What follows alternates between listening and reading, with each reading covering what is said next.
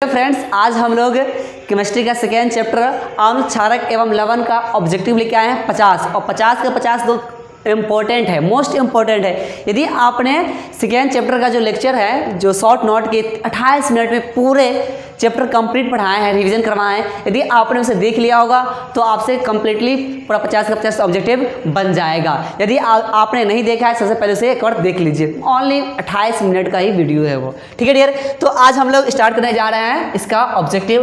पहला ऑब्जेक्टिव है कि शुष्क बुझा हुआ चूना पर क्लोरीन गैस की क्रिया से कौन सा पदार्थ बनता है। तो सबसे पहले शुष्क जो चूना होता है वो होता है Ca, इसका तो OH2 होता है, ये शुष्क चूना है।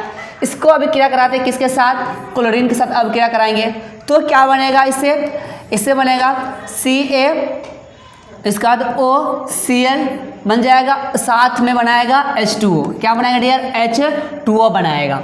तो इस प्रकार से क्या बनाएगा? ये विरंजक चूर्ण बनाएगा। क्या बनाने वाला है? विरंजक चूर्ण। तो इसका करेक्ट ऑप्शन क्या हो गया? ए जे करेक्ट ऑप्शन हो जाएगा, ठीक है डियर। आगे हम लोग देखते हैं, अगला आपका हो गया सेकेंड क्वेश्चन है, वो है लिटमस रंजक बैंगनी रंग का होता है जो निकाला जाता है। अब जो लिटमस है वो बैंगनी कलर का, पर्पल कलर का किससे निकाला जाता है? तो लाइकेन से।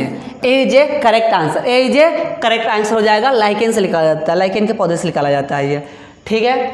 आगे देखते हैं, थर्ड नंबर क्वेश्चन है कि कठोर जल को मृदु मतलब नॉर्मल बनाने के लिए, पीने योग्य बनाने के लिए सोडियम के किस यौगिक का उपयोग किया जाता है? तो देखो, इसको बनाने के लिए इसका प्रयोग किया जाता है Na2 सोडियम कार्बोनेट का प्रयोग किया जाता है। किसी भी नॉर्मल मतलब कि कठोर जल है उसमें बहुत सारे DDT का मात्रा बढ़ जाता है, अन्य पदार्थ का मात्रा बढ़ जाता है, तो इसको नॉर्मल बनाने के लिए किसका प्रयोग किया जाता है? सोडियम कार्बोनेट का प्रयोग किया जाता है, ठीक है डियर। तभी is a correct answer. Next देखिएगा, फोर्थ नंबर क्वेश्चन है आपका। क्वेश्चन क्या है? निम्नलिखित में से कौन से विजातीय यौगिक है, मतलब सबसे अलग यौगिक है? इसमें क्या होगा? चूना पत्थर, खड़िया, ये नहीं होगा। संगमरमर, plaster of Paris. Plaster of Paris क्या है? विजातीय है। ये प्लास्टर ऑफ पेरिस किससे बनता है? जिप्सम से बनता है। यदि आपने जिप्सम को 373 केल्विन पर गर्म करते हैं तो इससे क्या बनता है? Plaster of Paris. और फिर प्लास्टर ऑफ पेरिस में यदि पानी मिला देते हैं फिर से क्या बनता है? जिप्सम बनता है। तो ये विजातीय कौन है? D is a correct answer. आप नेक्स्ट देखते हैं, पांचवा क्वेश्चन है, निम्नलिखित में से पीएच का कौन सा समान क्षारक विलयन का मान देता है? जो समान क्षारक, जो क्षारक होना चाहिए, आपको पता है कि यदि पीएच मान 7 है तो क्या होगा? वो उदासीन होगा। 7 से कम है, 7 से क्या है? कम है 6, 5, 4, 2 तो ये हो गया अम्लीय। और 7 से अधिक है 8, 9, 10, 11, 12 तक तो हो गया हुआ क्षारीय। तो इसमें देखो 2 है अम्लीय होगा, 7 है उदासीन होगा, 6 है अम्लीय होगा, मात्र 13 है जो क्या होगा? क्षारक होगा। तो आपको इस प्रकार के आंसर को इसे बनाना है, ठीक है। देखो आप क्वेश्चन नहीं पढ़ोगे तो बता दोगे ये तीनों तो अम्ल हो गया, एक क्या है? क्षार है। तो डी इज करेक्ट आंसर, ठीक है डियर। आज हम लोग नेक्स्ट क्वेश्चन पे चलते हैं। अब है क्वेश्चन नंबर 6 है, इसमें है सोडियम हाइड्रोक्साइड। सोडियम हाइड्रोक्साइड का पीएच मान लगभग होता है। देखो इसमें तो आपको याद करना पड़ेगा, सोडियम हाइड्रोक्साइड का लास्ट होता है। जैसे कि PHSL कहाँ तक काम करता है? 14 तक काम करता है। तो 14 किसका होता है? सोडियम हाइड्रोक्साइड का होता है। इसका आ जाएगा 11 नहीं, 12 नहीं, 13 नहीं, 14। D is a correct answer हो जाएगा, ठीक है डियर। अगला देखते हैं, 7 नंबर क्वेश्चन है। 7 नंबर क्वेश्चन हो जाएगा, निम्नलिखित में से कौन सही है? निम्नलिखित में से कौन सही है? आपका तो ये देखना पड़ेगा, Na2 सोडियम कार्बोनेट 5 गलत हो गया, आपका Na2CO3 10H2। ये B is a correct answer, B is a. देखो अब इनका तो आपको याद करना पड़ेगा फार्मूला, कि फार्मूला किसका सही है, फार्मूला तो याद करना पड़ेगा आपको, ठीक है डियर। आगे देखते हैं हम लोग, अगला है आपका चूना पत्थर, खड़िया एवं संगमरमर किस विधि के रूप है? तो इसमें आपको बताए थे कि संगमरमर जो होता है वो किसे? कैल्शियम कार्बोनेट CaCO3 से बना हुआ रहता है। वियोजन अभी किराने इसको अलग भी किए थे, कैल्शियम ऑक्साइड को और कार्बन डाइऑक्साइड को अलग बनाए थे। तो इसका क्या होता है? कैल्शियम कार्बोनेट से बनता है संगमरमर। चूना पत्थर ये रहता है कैल्शियम कार्बोनेट, CaCO3 का रहता है। ये स्मरण रहे आप लोगों को, ठीक है। तो इसका आंसर हो जाएगा D, D is a correct answer, D is a correct answer. अगला देखते हैं, 9 नंबर है, जठर रस का पीएच मान होता है। जठर रस देखो सबसे पहले अम्ल है तो इसका मान क्या होगा, 7 से कम होगा, 7 से होगा नहीं, 14 तो होगा नहीं, 10 तो होगा नहीं, एक क्या है इतना होता है। और जटर रस का जो हम पिछले क्लास में जो बताए थे आपको कितना रहता है, आपका लगा मान लेते हैं 1 से लेकर 3.5 तक के आसपास रहेगा। तो एक गूगल पर सर्च करेंगे तो आपको ये बताएगा 1.5 से लेकर 3.5 से बताएगा। लेकिन इसका करेक्ट आंसर यहाँ पर क्या होगा, ए नंबर होगा, ए जे करेक्ट आंसर, क्योंकि ये तो 3 तो होगा नहीं, तो A is a correct answer. ठीक है, आप देखते हैं 10 नंबर क्वेश्चन है। 10 नंबर क्वेश्चन है नीला थोथा जिसे तोतिया भी कहते हैं का रासायनिक सूत्र निम्न में से कौन है। आप देखेंगे नीला थोथा होता है, इसका रासायनिक सूत्र क्या होगा, इसका CuSO4 5H2, ये तो गलत लिखा होगा भाई,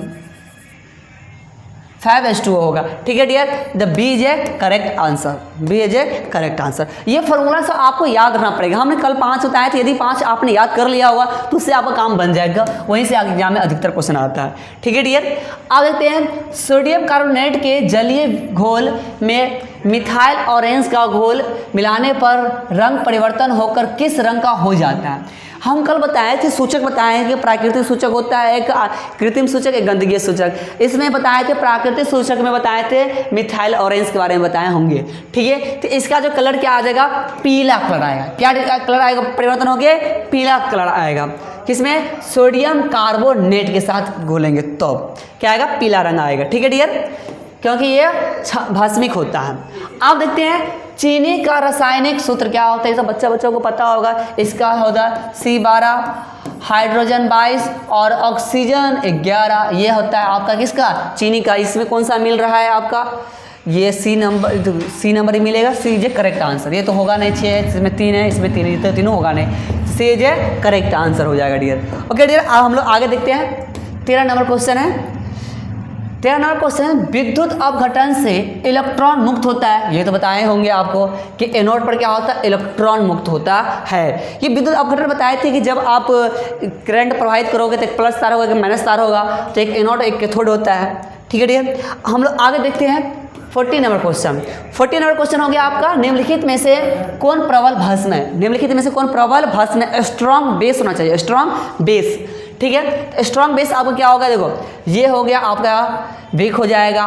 ठीक है, ये अब पोटेशियम हाइड्रोक्साइड, ये स्ट्रॉन्ग होगा, ये भी वीक हो जाएगा। ठीक है, तो B is a correct answer, B is a correct answer हो जाएगा आपका। ठीक है डियर, हम लोग देखते हैं 14 नंबर क्वेश्चन। आप देखते हैं इसमें उदासीन विलयन का पीएच मान होता है, उदासीन विलयन का पीएच मान होता है। आप देखेंगे इसका उदासीन का आपको पता होगा 7। 7 क्या होता है, उदासीन का होता है। 7 से कम अम्लीय रहता है, 7 से अधिक क्षारीय होता है। 7 क्या, उदासीन का। ठीक है डियर, आप देखते हैं जल में घुलनशील भस्म को क्या कहा जाता है, क्षार कहा जाता है। जो भस्म होता है उसको हम घोल देते हैं पानी में, तो क्या कहलाएगा, क्षार कहलाएगा। ठीक है, बिना पानी का क्या कहलाएगा, क्षारक कहलाएगा। ठीक है डियर, बिना पानी का क्या कहलाएगा, क्षारक। अब पानी में घोल देंगे तो क्षार, तो A is a correct answer. चलिए देखते हैं अगला क्वेश्चन है आपका, सोडियम क्लोराइड के जलीय विलयन से विद्युत धारा हाइड्रोक्साइड बनाता है, तो इस अभिक्रिया को क्या कहा जाता है। सोडियम क्लोराइड NaCl से यदि हम क्या बनाने वाले, इसको पानी में घोल देंगे H2O के साथ। ठीक है, इसके साथ इसमें क्या इलेक्ट्रोविद्युत करंट प्रवाहित करेंगे। प्रवाहित करने से क्या बना, सोडियम हाइड्रोक्साइड। ये कल बताए थे, सोडियम हाइड्रोक्साइड किस विधि से बनता है, कुलार क्षार प्रक्रिया से। किससे बनता है, कुलार क्षार प्रक्रिया से। इसमें आंसर क्या हो गया, ये नहीं है, ये नहीं है, ये नहीं है, तो लास्ट डी नंबर कुलार क्षार प्रक्रिया होगा, ये है क्लोरो क्षार प्रक्रिया होगा। D is a correct answer, D is a correct answer. अगला देखते हैं डियर, दही में किस प्रकार का अम्ल पाया जाता है। दही में किस प्रकार का अम्ल पाया जाता है, लैक्टिक अम्ल पाया जाता है। सी इज ए करेक्ट आंसर। ठीक है डियर, आगे देखते हैं हम लोग 19 नंबर क्वेश्चन है, निम्नलिखित में से कौन अम्ल नहीं है। गौर दीजिएगा, कौन अम्ल नहीं है, ये पूछ रहा नहीं है। तो इसमें हाइड्रोक्लोरिक अम्ल है।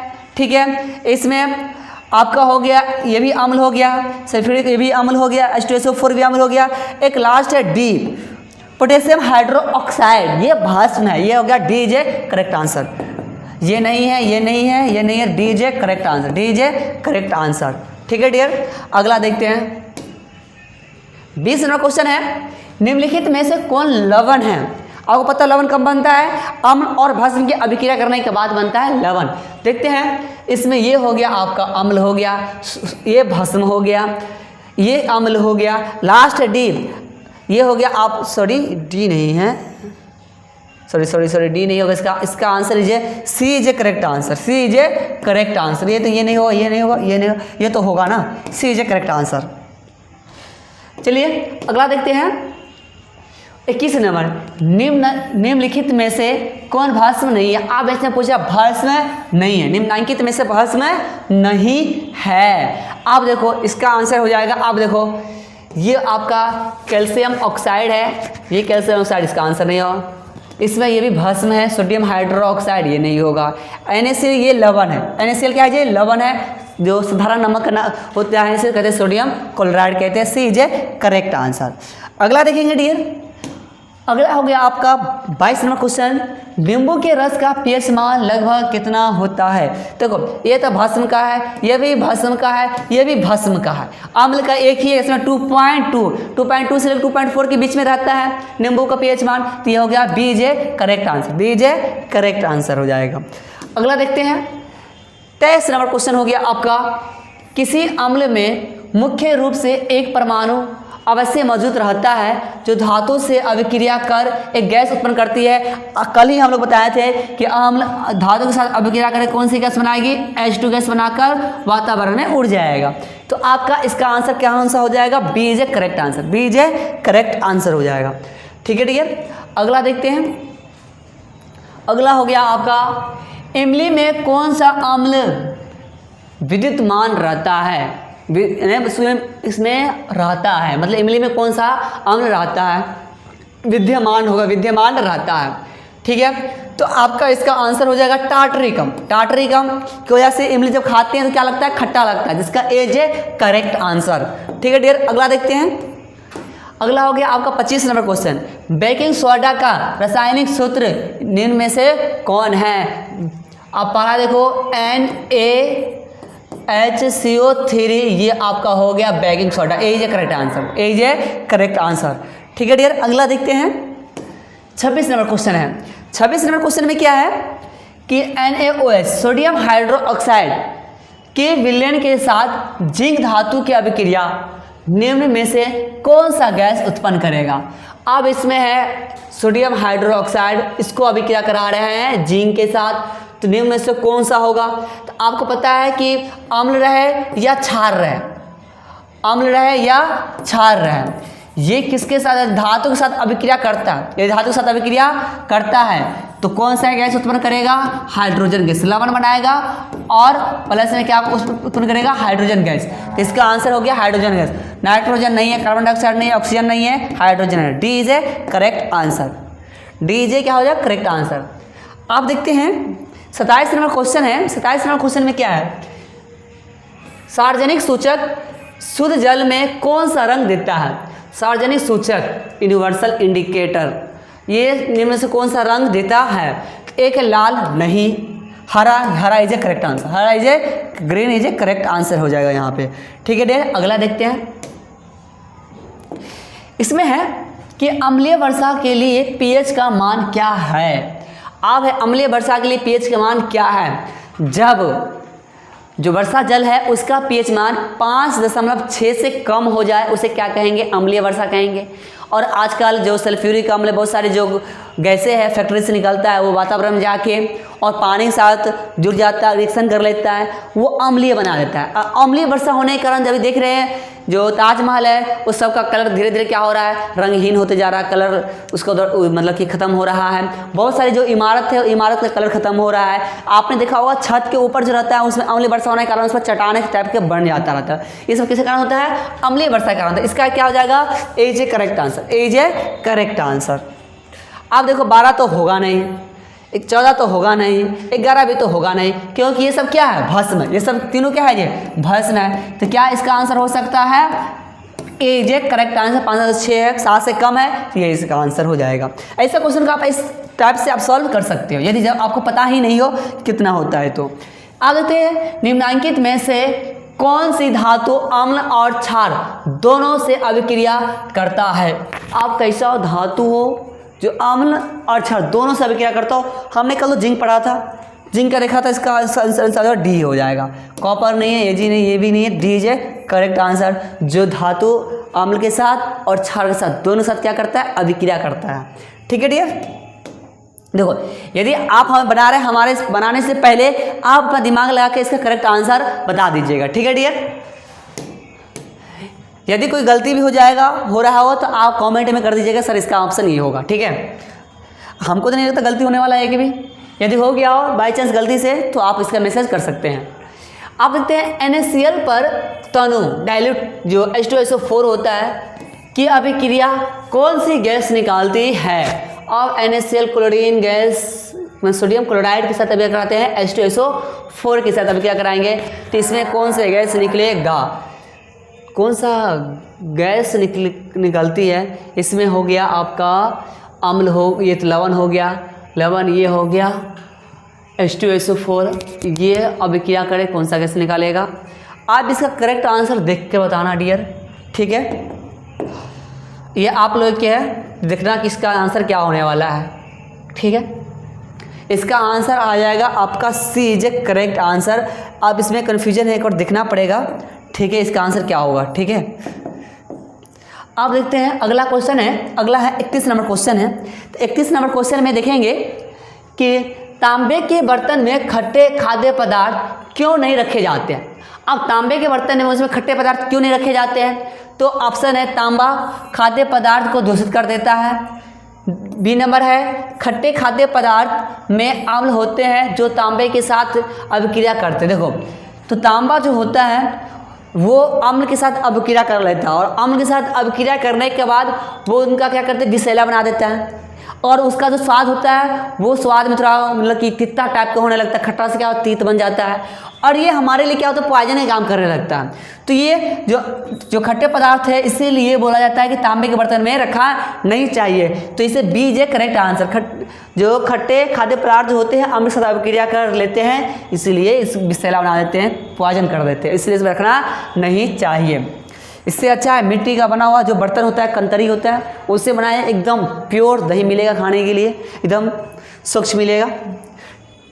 अगला देखते हैं 32 नंबर्स क्वेश्चन। धातु के ऑक्साइड पर अम्ल के प्रभाव से कौन सा यौगिक बनता है? और धातु के ऑक्साइड पर अम्ल के प्रभाव से कौन सा बनता है? धातु के ऑक्साइड, ठीक है डियर, अम्ल के साथ ये क्या होता है? क्षारीय होता है, ये अम्ल के साथ अभिक्रिया करेगा, कौन से यौगिक बनाएगा? यौगिक बनाने का बात कर रहा है तो आपको पता है लवण बनाता है। यदि क्षार और अम्ल दोनों अभिक्रिया करें क्या बनाएगा? लवण बनाएगा। तो इसे इसका ये गलत, ये गलत, धातु लवण ये हो जाएगा सही। धातु लवण सी इज ए करेक्ट आंसर। अगला देखना पड़ेगा, देखते हैं वे खाद्य पदार्थ जिनके स्वाद खट्टे होते हैं और वे नीले लिटमस के घोल को लाल बना देता है वो क्या कहलाता है? वो देखो खाद्य पदार्थ है जिनके स्वाद खट्टे हैं, मतलब अम्ल है, क्या है ये? अम्ल है। वे नीले लिटमस पत्र को, नीले लिटमस को क्या है? लाल घोल में बदल देता है, लाल घोल में बदल देता है। तो ये किसका काम है? अम्ल का काम है। ये खट्टा पदार्थ है तो क्या है? अम्ल है, लाल में बदल देता है। सिंपल है, नीले को किसे बदल रहा है? लाल में। इसका काम है कि नीले लिटमस पत्र किसे बदल दे? लाल में। और कह भी दिया है कि इसका स्वाद क्या है? कि खट्टा है। आपको दो क्लू मिल गया इसका आंसर पहचानने का। तो इसका क्या आंसर हो जाएगा? अम्ल हो जाएगा, सी इज ए करेक्ट आंसर हो जाएगा। ठीक है, अगला क्वेश्चन देखते हैं। 34 नंबर क्वेश्चन है। 34 नंबर क्वेश्चन है कि अम्ल और क्षार के बीच की अभिक्रिया किस प्रकार की अभिक्रिया कही जाती है? अम्ल और क्षार दोनों अभिक्रिया क्या? उदासीनीकरण अभिक्रिया। कल बताए थे कि अम्ल और क्षार मिलकर क्या बनाएगा? लवण और जल बनाएगा और इस अभिक्रिया क्या नाम रखा गया है? उदासीनीकरण अभिक्रिया। ठीक है, तो ए इज ए करेक्ट, ए में ही ऑप्शन है तो A is a correct answer हो जाएगा। अगला क्वेश्चन देखते हैं। अगला क्वेश्चन है आपका प्रबल अम्ल और प्रबल क्षार से बने लवण का पीएच मान क्या होगा? 7। जब उदासीन बन जाएगा तो इसका पीएच मान क्या हो जाएगा? 7 हो जाएगा। ठीक है, या तो दुर्बल अम्ल दुर्बल क्षार रहेगा, कोई भी कंडीशन में क्या बनेगा? 7 ही रहेगा। उदासीन बनेगा तो 7 रहेगा इसका भी पीएच मान। अब देखते हैं 36 नंबर क्वेश्चन। इसमें है निम्नलिखित में से कौन अम्लीय है? हाइड्रोक्लोरिक अम्ल, शुष्क हाइड्रोक्लोरिक अम्ल, हाइड्रोक्लोरिक अम्ल का अम्लीय घोल, शुष्क अमोनिया का जलीय घोल। तो इसमें हो जाएगा, ये तो नहीं होगा answer, B is correct answer, B is hydrochloric अम्ल का घोल हो जाएगा। ठीक है, अगला देखते हैं 37 नंबर क्वेश्चन है। 37 नंबर क्वेश्चन, जिप्सम लवण के क्रिस्टल का रासायनिक सूत्र निम्नलिखित में से कौन है? आपको हम सबसे लास्ट में क्रिस्टलीकरण के बारे में हम बताए थे कि इसमें जल का अणु एक अणु कितने में रहते हैं, तो उसका आंसर हो जाएगा आपका CaSO4 2H2O, ये इज ए करेक्ट आंसर। ठीक है, अगला देखते हैं।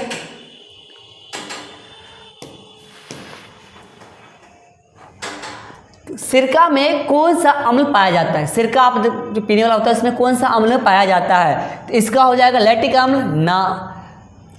क्या मेथोनोइक अम्ल? इसका भी होगा ना आंसर। सिट्रिक अम्ल ये भी ना होगा क्योंकि अम्ल इसमें निम्न में पाया जाता है। ये है एसेटिक अम्ल, D is a correct answer, D is a correct answer इसका हो जाएगा। अगला देखते हैं। अगला H2SO4 एक प्रबल अम्ल है क्योंकि जलीय विलयन में ये क्या देता है? तो ये पूर्णतः होके H+ आयन अधिक देता होगा, इसीलिए इसका आंसर हो जाएगा पूर्णतः आयनित हो जाता है। यही है, पूर्णतः आयनित होकर H+ आयन अधिक मात्रा में देगा, H+ आयन अधिक मात्रा में देगा, तो A is a correct answer.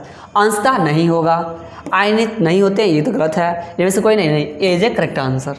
ठीक है, अगला देखते हैं। अगला होगी आपका क्वेश्चन है, निम्नलिखित में से कौन सा प्रबल अम्लीय है? स्ट्रॉन्ग एसिड है, स्ट्रॉन्ग एसिड है। इसमें देखते हैं कि आपका हो गया ए 0। अब भाई जो 0 होता है उसका तो कुछ ज़्यादा ही स्ट्रॉन्ग होगा जी, हड्डी गला देगा, ऐसा एसिड होगा तो। ठीक है, 7 लोग ये तो भस्म हो जाएगा। 7 क्या है जी? भस्म है, सॉरी 14 भस्म है, 7 उदासीन है, ये भी अम्लीय है, या तो ये होगा या तो ये। सबसे ज़्यादा प्रबल बोल रहा है तो आप यहाँ मार सकते हैं अम्लीय। ठीक है, अगला देखते हैं, या तो एक या तो डी होगा, दोनों में से एक।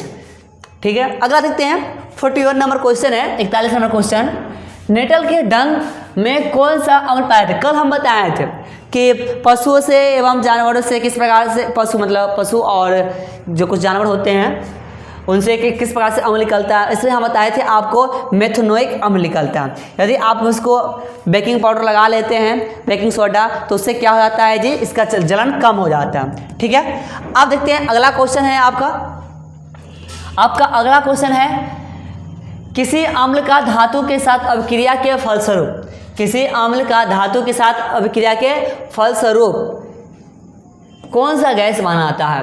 पहले तो अम्ल है और धातु है, हाइड्रोजन गैस बनाएगा। इसमें कौन सा हो जाएगा जी? सी जो करेक्ट आंसर हो जाएगा। नाइट्रोजन बनाएगा, कार्बन डाइऑक्साइड नहीं बनाएगा, क्लोरीन नहीं बनाएगा, तो हाइड्रोजन नहीं बनाएगा। ये क्वेश्चन तो रिपीटेड हो गया है, नहीं इससे पहले भी था कि धातु के साथ कौन सा गैस बनाएगा? तो हाइड्रोजन गैस बनाएगा, H2 गैस बनाएगा। ठीक है डियर, अब देखते हैं मधुमक्खी के डंक मारने पर किस पदार्थ से उपचार करना लाभकारी होगा? Baking soda. अब अभी जस्ट बताया है कि यदि कोई चींटी काट ले, मधुमक्खी का डंक काट ले, नेटल काट ले, तो इससे क्या होगा? बेकिंग सोडा लगाओगे तो आपकी जलन क्या होगी? कम हो जाएगा। ठीक है डियर, क्योंकि ये भस्म होता है, वो अम्ल होता है, दोनों उदासीन कर देता है, इसलिए जलन कम हो जाती है। अगला देखते हैं, अगला क्वेश्चन है आपका 44 नंबर क्वेश्चन है, लिटमस विलयन बैंगनी रंग का रंजक होता है जो निकलता है, अभी तो बताया तो लाइकेन से निकलता है। ये क्वेश्चन तो हो चुका है, इसका B is correct answer, lichen से निकाला जाता है। ये रिपीटेड क्वेश्चन है, बस क्वेश्चन पूछने का तरीका थोड़ा सा चेंज हो गया है।